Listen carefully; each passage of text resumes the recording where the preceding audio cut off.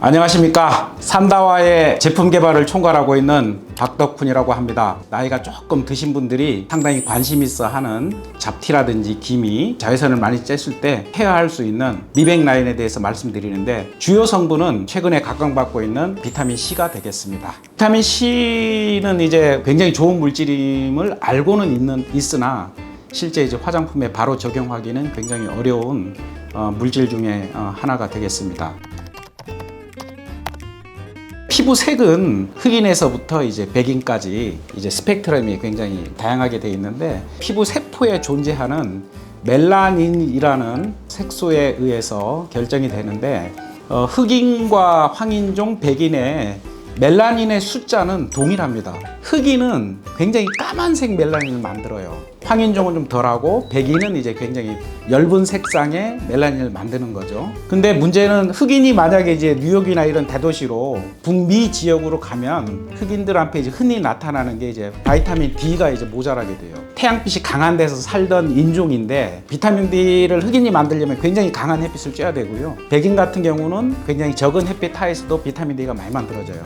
이거는 이제 멜라닌을 만드는 세포고요. 저쪽은 이제 각질 세포예요. 우리가 지금 보는 세포들은 다 각질 세포예요. 멜라닌 세포는 피부 깊숙이 있고, 각질 세포는 색소를 만들 수 있는 능력이 없고, 근데 멜라닌 세포는 색소를 만든 다음에 자기가 사용하는 게 아니고 각질 세포로 줘요.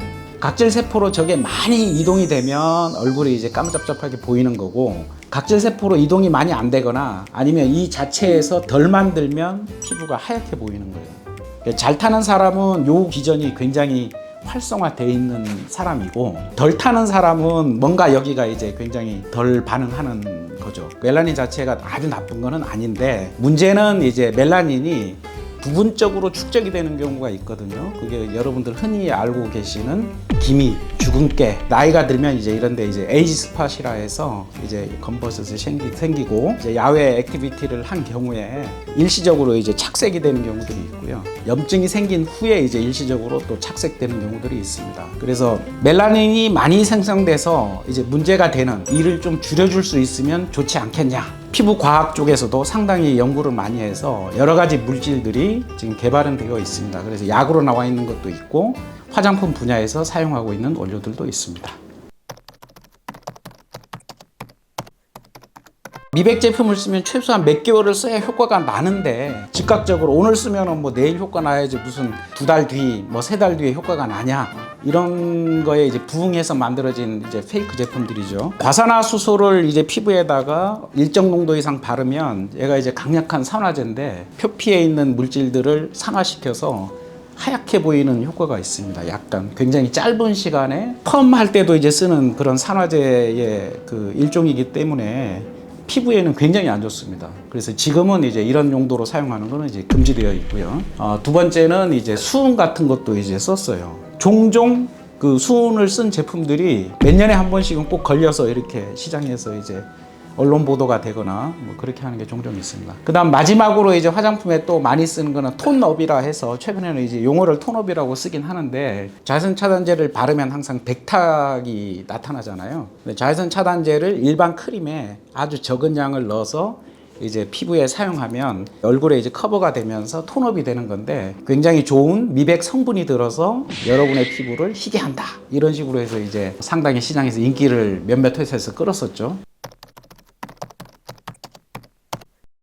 그래서 화장품으로 실제로 적용 가능한 실질적인 미백 기전은 살짝 화학적 박피나 아니 물리적 박피로 이제 얼굴 피부의 표면에 사실은 각질을 벗겨내면서 상처를 내는 거죠. 그러면 회복이 되면서 안에서 이제 새로운 세포들이 만들어지기 때문에 기존에 있던 그 색소가 꽉 차 있는 세포들을 벗겨내는 거거든요. 중간에 문제는 박피를 하고 나면 한 2-3주 정도는 얼굴이 빨간 상태로 있어요. 왜냐하면 피부 전체가 이제 상처를 입었기 때문에, 이제 사람 피부마다 다 다르고 예민함도 다 다르기 때문에 지금은 이제 거의 통상 화장품 업계에서는 별로 선호하지 않는, 자극이 날까 말까 하는 수준 정도에서만 지금 하고 있습니다.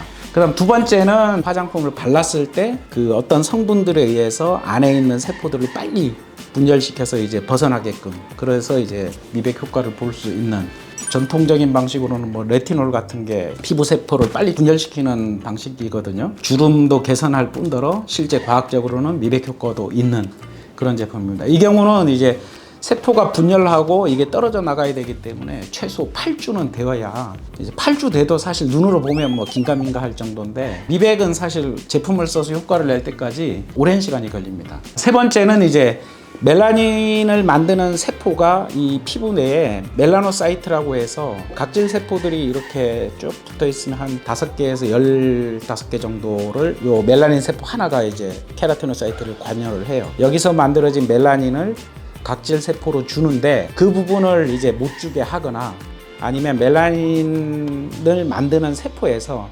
멜라닌을 만약에 기존에 100을 만들었으면 50만 만들어라 하는 이제 신호를 외부에서 화장품으로 뭔가를 해서 주는 거죠.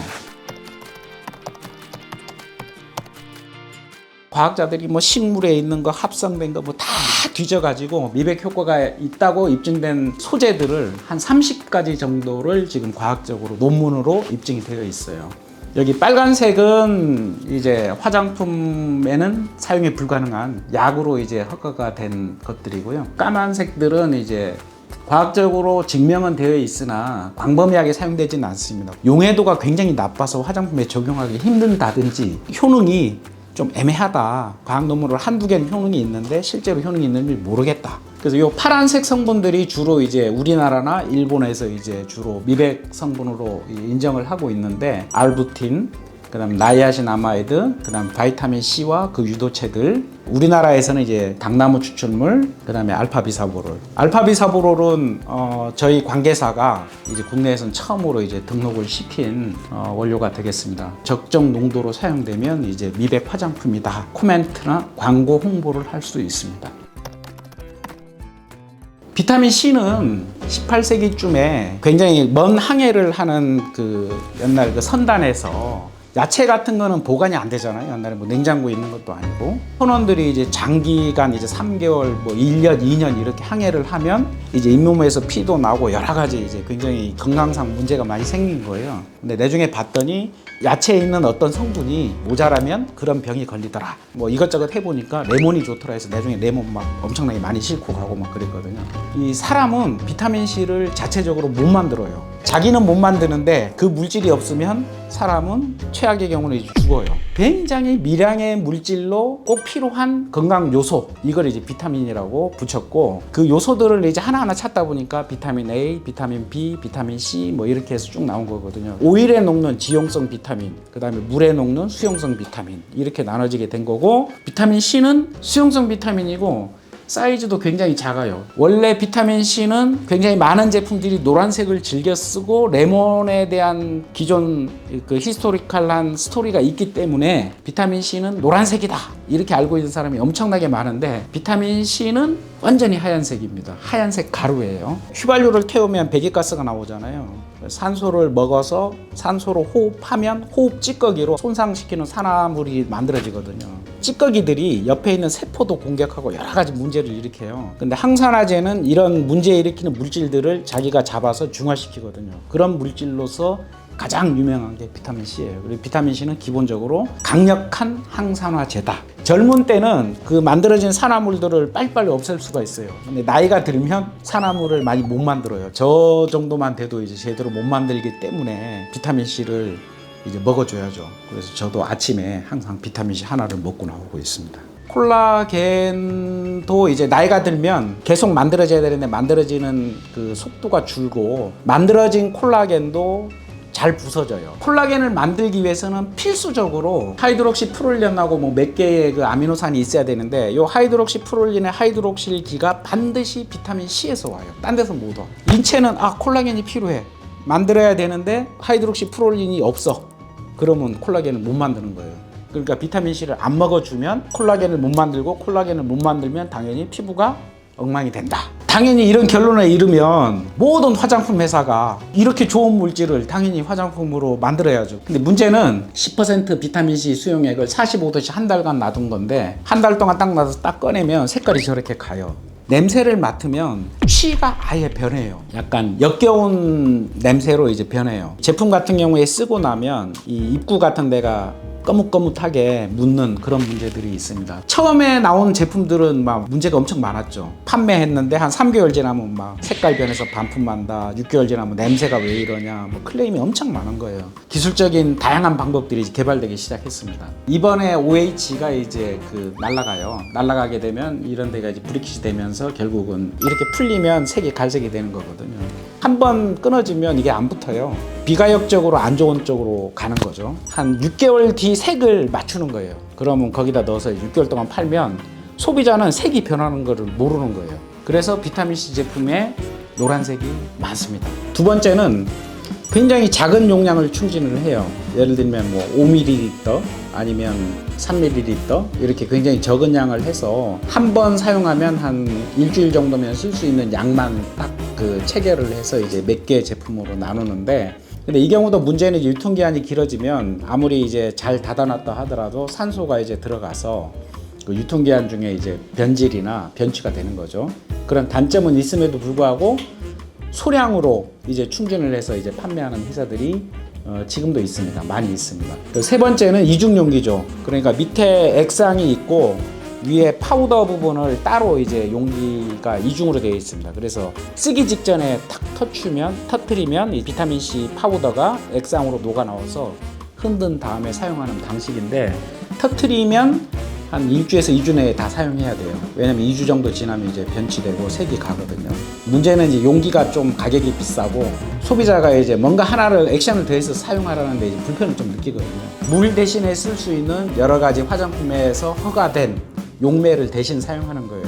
단점은 물을 사용하지 않았기 때문에 굉장히 그 사용감이 아주 낯설고, 물 대신에 사용하는 용매가 물보단 안전하다고 절대 할 수 없습니다. 비타민C는 좋지만 물 대신 사용된 용매 때문에 권하면 안 될 것 같은 방식으로 보여집니다. 안정화 기술이 두 가지가 있는데, 하나는 유도체를 만들어서 뭘 붙여서 안정화하는 거, 그 다음 하나는 비타민C 자체인데 물에 있는 산소들과 만나서 부서진다 그랬잖아요. 근데 이거 못 부서지게 여러 가지 방해하는 물질들을 넣어주는 거예요. 이러한 방식으로 안정화를 하게 되면 비타민C는 보호가 되는데, 이 비타민C를 안정화하기 위한 여러 가지 물질들 자체는 이 피부 때문에 넣어준 건 아니거든요. 안정화를 위해서 넣어준 물질들이 피부에는 좋다고 할 수 없는 게 문제죠. 이제 저희가 사용하는 거는 비타민C에 뭔가 하나를 붙여서 안정화된 기술. 안정화 방식 중에 이제 하나인 여러 가지 부가물을 사용하지 않고 유도체화하는 방식으로 만들어진 비타민C는 6가지 정도가 지금 있는데요. 아스코빌 그루코사이드는 비타민C의 포도당, 여러분들 흔히 알고 있는 설탕 분자의 반쪽이죠. 그 다음에 에틸아스코빌 에텔, 이런 경우는 이제 이터 붙어 있고 구조는 뭐 이런 식인데 하여튼 있고요. 마그네슘 아스코빌 포스페이트, 이것도 포스페이트와 마그네슘 뭐 붙이고, 뭐 그 다음에 아스코빌 테트라 아이소팔미테이트, 이거는 이제 지용성으로 만든 거예요. 근데 왜 제가 제일 비싸요? 저 5번째 있는데. 이제 수용성 물질에 유용성 뭐를 붙여야 되잖아요. 수용성 붙이는 거는 되게 좀 쉬워요, 공정이. 근데 수용성에 유용성을 뭔가 붙이면 반응하는 데 들어가면 아예 성질이 다른 걸 넣어서 붙여야 되기 때문에 힘들어요. 그리고 얘가 사이즈가 또 긴 걸 붙여야 돼서 비용이 많이 들어요. 실제 시장에서 이 제품을 갖고 상용화한 제품이 거의 없어요. 비타민C를 유용성화해서 쓰려면 아예 비타민 E를 쓰는 게 낫거든요. 비타민 E, 토코페롤은 그냥 굉장히 싼 항산화제가 있기 때문에 굳이 비타민C를 오일처럼 만들어서 오일에 쓸 이유가 별로 없는 거죠. 유도체 중에서 안정하다고 이제 흔히 알려져 있는 거는 요 위에 2개가 되겠고요. 밑에 이런 거는 안정도들이 떨어지고요. 얘는 되게 요거에 한 2배 정도 되는 가격을 이제 갖고 있습니다. 그러면 화장품 회사들은 당연히 어느 걸 쓰겠어요? 당연히 얘를 쓰죠. 얘를 쓸 일은 없죠. 왜냐면 비싸기 때문에. 근데 실제로 안정화 정도나 효능 부분에서는 얘가 더 낫습니다. 그래서 저희는 아스코빌 그루코사이드를 쓰기로 했습니다. 사용 기한이나 이제 보관이라든지 아니면 유통기한에 자유롭고 고객님들이 쓰시기에 아무런 문제가 없는 제품이라고 말씀드릴 수 있습니다. 비타민C에 당이 하나 붙어 있습니다. 이렇게 딱 붙어 있어요. 유도체가 실제로 이제 피부에 갔을 때 당이 떨어져야 효과가 나거든요. 당 떨어뜨리는 효소가 이 피부에 존재해요. 그래서 아스코빌 그루코사이드가 피부로 들어가면서 얘가 당이 잘려요. 그러면서 비타민C로 전환되고 얘가 효능을 내는 방식으로 되어 있다. 시간이 지남에 따라서 일반 비타민 C가 바로 이제 분해되는데 반해서 이 물질은 이제 분해가 거의 안 되는 것을 볼 수 있습니다. 그래서 제형 내에서 상당히 안정하게 유지된다. 비타민 C 그 유도체 중에서도 제일 비싼 걸 사용하는데 그럼 베이스도 좀 비싸지만 안전하면서 고객 간편에 충분히 그 비타민 C의 원천적인 효능을 기대할 수 있도록 제품을 만들어 보자. 이렇게 해서 천연 또는 유기농 화장품으로 이 원료를 사용해서 제품을 만들어야 되겠다. 비건은 네 제품 다 비건을 받았고요. 이 제품 같은 경우는 이제 천연 인증을 받았고 이 제품 2개는 이제 유기농 인증을 받았습니다. 그래서 실제 국내에서는 거의 유일무이하게 비타민 C 제품이면서 천연 또는 유기농으로 인증받은 제품은 제가 알고 있기로는 지금 이 제품밖에 없는 걸로 알고 있는데 저희가 추구하는 거는 이제 화장품도 이제 사람만 패는 유익해야 되고 그다음에 환경에 이게 어떤 버려지거나 뭐 했을 때 환경에 해를 주면 안 된다. 그만큼 이제 내용물이 인체 친화적으로 만들어야 되겠다. 그렇게 만들려고 하면 당연히 천연이나 이제 유기농 이런 인증을 받아야 되겠죠. 안전성에서는 이제 코스모스 천연 아니면 이제 코스모스 유기농 인증 아니면 비건 이런 거를 받았고요. 국내랑 유럽하고 조금 달라요. 그 이유는 유럽이 아무래도 이제 인증에 좀 더 까다롭고 이 유기농 인증, 천연 인증 시스템도 유럽에서 제일 먼저 시작했거든요. 유럽에서는 20%의 유기농 원료가 들어가야 되고 우리나라에서는 그 딱 절반입니다. 그러니까 10%만 들어가면 유기농 인증을 주고 있어요. 유럽의 20%에 맞춰서 인증을 받았습니다. 보다시피 이렇게 4개로 구성되어 있습니다. 토너 패드 통상 이렇게 붙여서 이제 놔두기도 하고요. 세안하고 난 후에 이제 닦아내는 용도로 쓰기도 하고 토닝하는 용도로 좀 많이 쓰시는 것 같아요. 닦아내는 거기 때문에 굳이 이 제품의 인증까지는 아마 필요 없을 것으로 생각을 해서 그냥 비건 인증만 받은 상태고요. 토너인데 용량이 150ml예요. 코스모스 천연을 받았고요. 용량 전체의 2%의 아스코빌 글루코사이드가 들어있고 이 농도로 해서 아스코빌 글루코사이드 2%를 쓰면 이 제조 단가가 어마어마하게 비싸지거든요. 그래서 다른 회사들은 비타민C 토너라고 나오긴 하나 실제 비타민C는 굉장히 소량이 들어있고 나이아신아마이드 함량이 굉장히 높아요. 나이아신아마이드를 2에서 5% 사용해서 나이아신아마이드로 미백 기능성 허가를 받고 제품은 비타민C로 되어 있는데 실제 비타민C 함량은 굉장히 낮아요. 근데 나이아신아마이드는 가격이 2만 원에서 3만 원 정도 하거든요. 근데 아스코빌 글루코사이드가 40에서 한 60만 원 정도 하니까 엄청난 가격 차를 갖고 있는 거죠. 같은 농도를 사용하면. 다 똑같은 비타민C 토너가 시중에 엄청나게 많은데 비타민C 진짜 제품 이렇게 말해도 이제 과하지 않은 제품이라고 말씀드릴 수 있습니다. 브라이트닝 에센스고요. 색상은 아까도 얘기했듯이 비타민C는 이제 원래 투명인데 여기에는 또 다른 원료들이 좀 있어서 약간 색깔은 약간 노란색인데 거의 투명하게 보이죠. 비타민C 제품 중에는 거의 유일무이하게 코스모스 유기농 인증을 받았습니다. 살짝 눌러서 안에 넣고 살짝 넣으면 이제 공기와 함께 딸려 올라오거든요. 떨어뜨려 보면 약간 점도가 거의 없어요. 그래서 일반 에센스 같은 경우에 보면 좀 더 끈적끈적하고 이제 점도가 있는데 이 경우는 이제 보면 거의 흐르거든요. 이렇게 물보다는 약간 더 점도가 있고 일반 에센스들보다는 점성이 낮아요. 라이트하게 빠른 시간에 이제 얼굴에 도포를 할 수가 있습니다. 보통 비타민 크림 같은 경우는 이렇게 생긴 이 튜브 타입도 많이 쓰고 자라 그러거든요. 이런 그 자 타입도 쓰는데 위생적으로 쓸 수 있어서 튜브 타입으로 일단 만들었고요.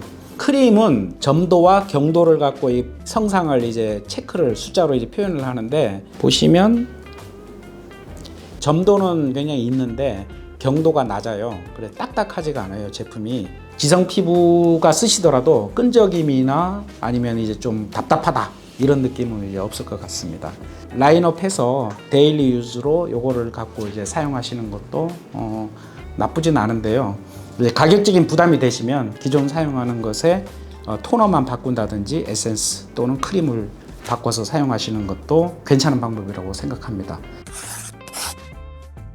브랜드 내에 여러 라인들이 있는데 오늘은 이제 비타민 C 제품군에 대해서 설명을 드렸고요. 그린 라인이 주로 이제 중성에서 건성 피부용이고, 그다음 핑크 라인이 건성에서 악건성에 좀 가까운 분들이고, 비타민 C 라인이 이제 지성 피부는 그냥 괜찮게 사용할 수 있는 제품군이라고 보시면 될 것 같습니다. 제대로 된 비타민C 제품을 고객들에게 한번 제공을 해보자, 이런 취지를 갖고 만들었고, 이 제품들은 사용하시는 분께 도움을 주는 그런 제품으로 개발이 되었으니 많은 이용 부탁드리겠습니다. 장시간 들어주셔서 감사합니다. 비타민C를 한마디로 표현하면 잡티, 손절, 피부 토너!